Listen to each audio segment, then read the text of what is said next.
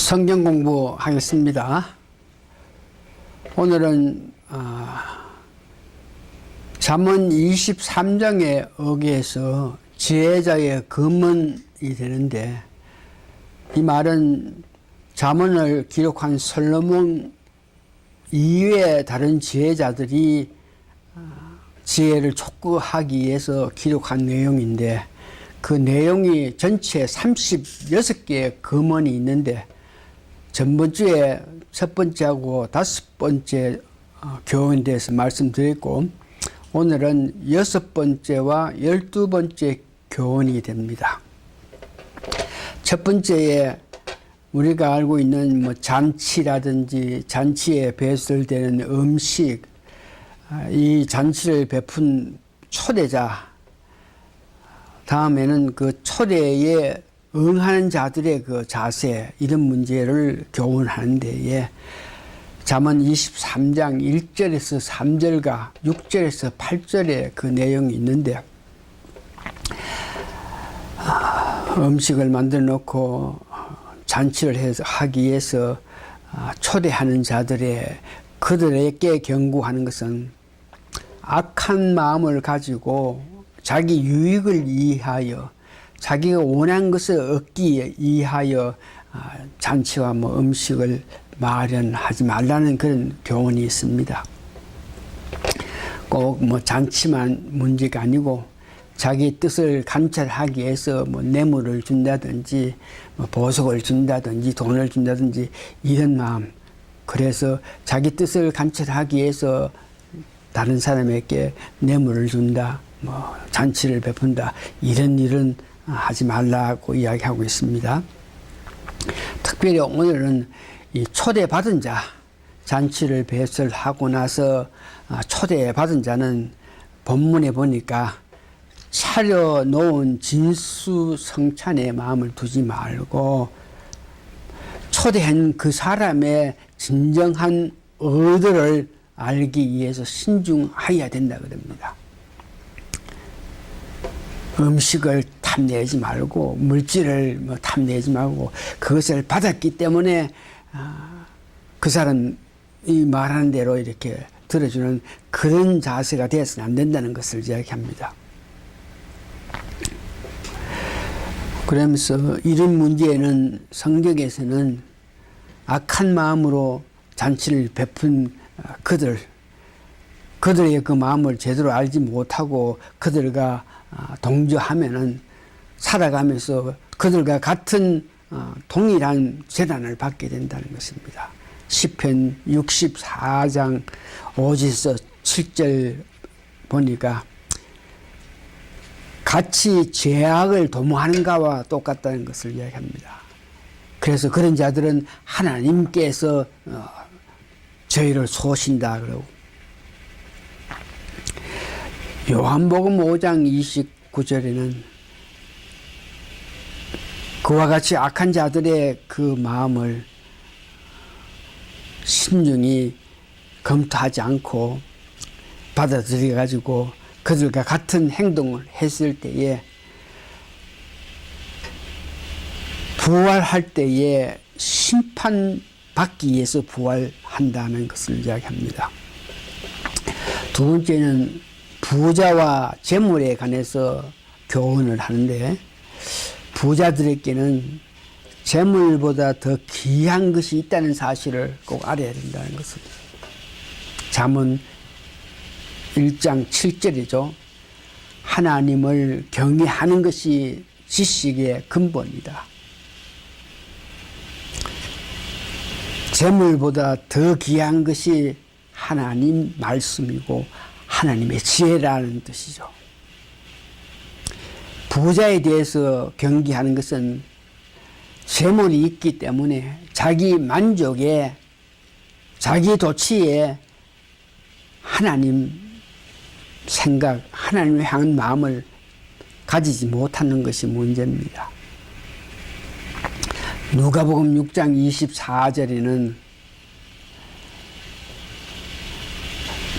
부자하는 자는 이미 자기가 위로를 받았고 배에 부른 자가 되었기 때문에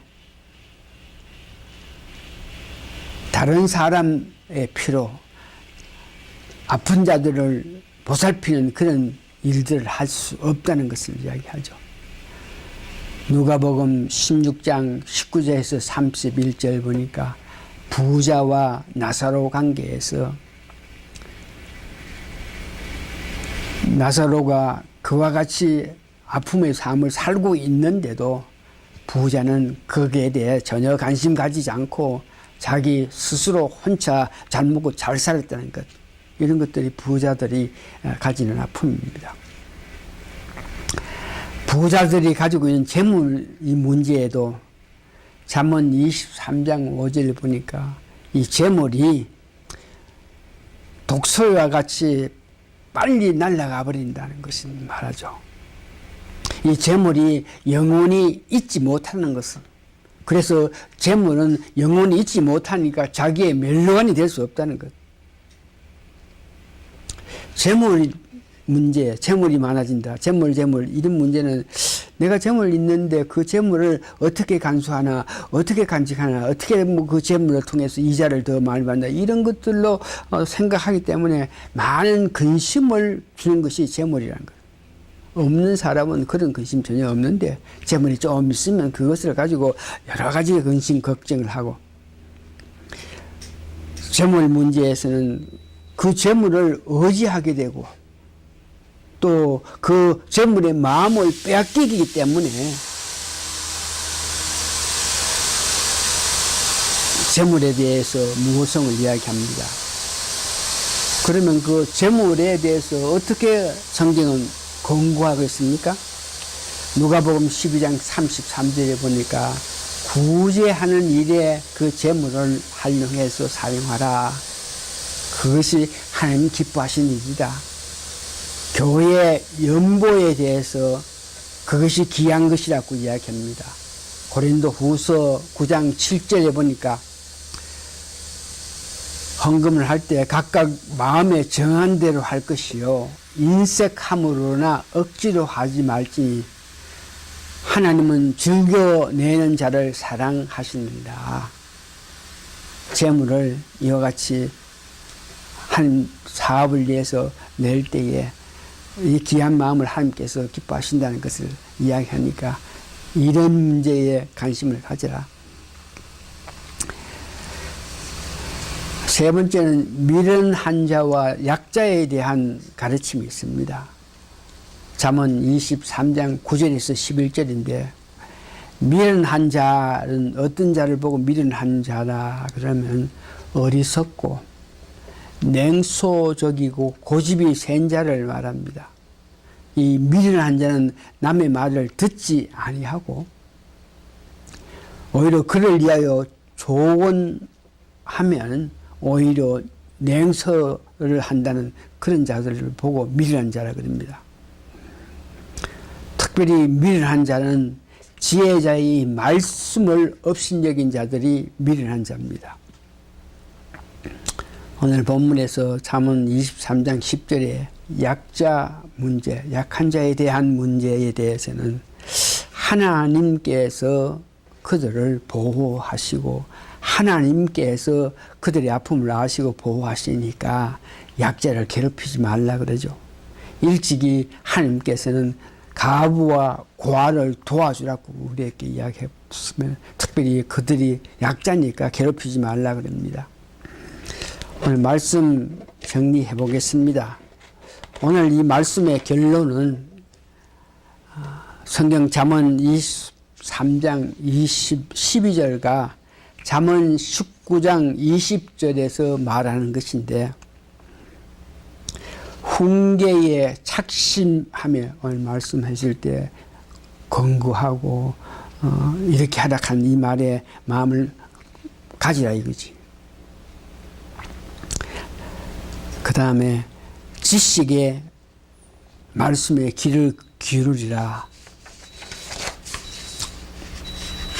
그래서 권고받고 훈계받기를 좋아해서 그렇게 되면 제자가 된다 이런 말입니다. 이상의 훈계에서 우리가 유의해야 함은 시편 37장 31절 보니까 마음에 따라서 행위로 들어가야 된다 합니다. 그래서 그 마음에 하나님이 법이 있으니 그 걸음이 실족함이 없으리라. 결론 다시 말씀드려서 여러분 마음에 하나님의 법이 있어야 됩니다. 그래야 그 법으로 이 원하는 대로 여러분들이 발걸음을 걸을 수 있다는 것을 이야기합니다. 마음의 법이 여러분 마음속에 있게끔 하기 위해서는 말씀을 사모하고 그리워하고 말씀 주심의 은혜에 따라서 감격해서 살기를 고백하는 여러분들이 될 때에 그 말씀대로 여러분들이 살아갈 수 있습니다. 다 같이 기도하시겠습니다.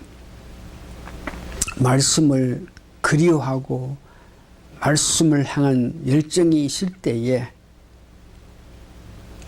받은 그 말씀이 우리 마음속에 새겨지고 마음속에 그 말씀이 있어야만 비로소 우리가 실제 행동을 말씀대로 할 수 있다 그랬사오니 말씀을 그리워하고 말씀을 사모해서 매일 말씀을 받기를 원하는 마음으로 살아가는 저희들 되게 도와주시옵기를 예수님 거룩한 이름 받들어 감사 기도합나이다. 아멘. 고맙습니다.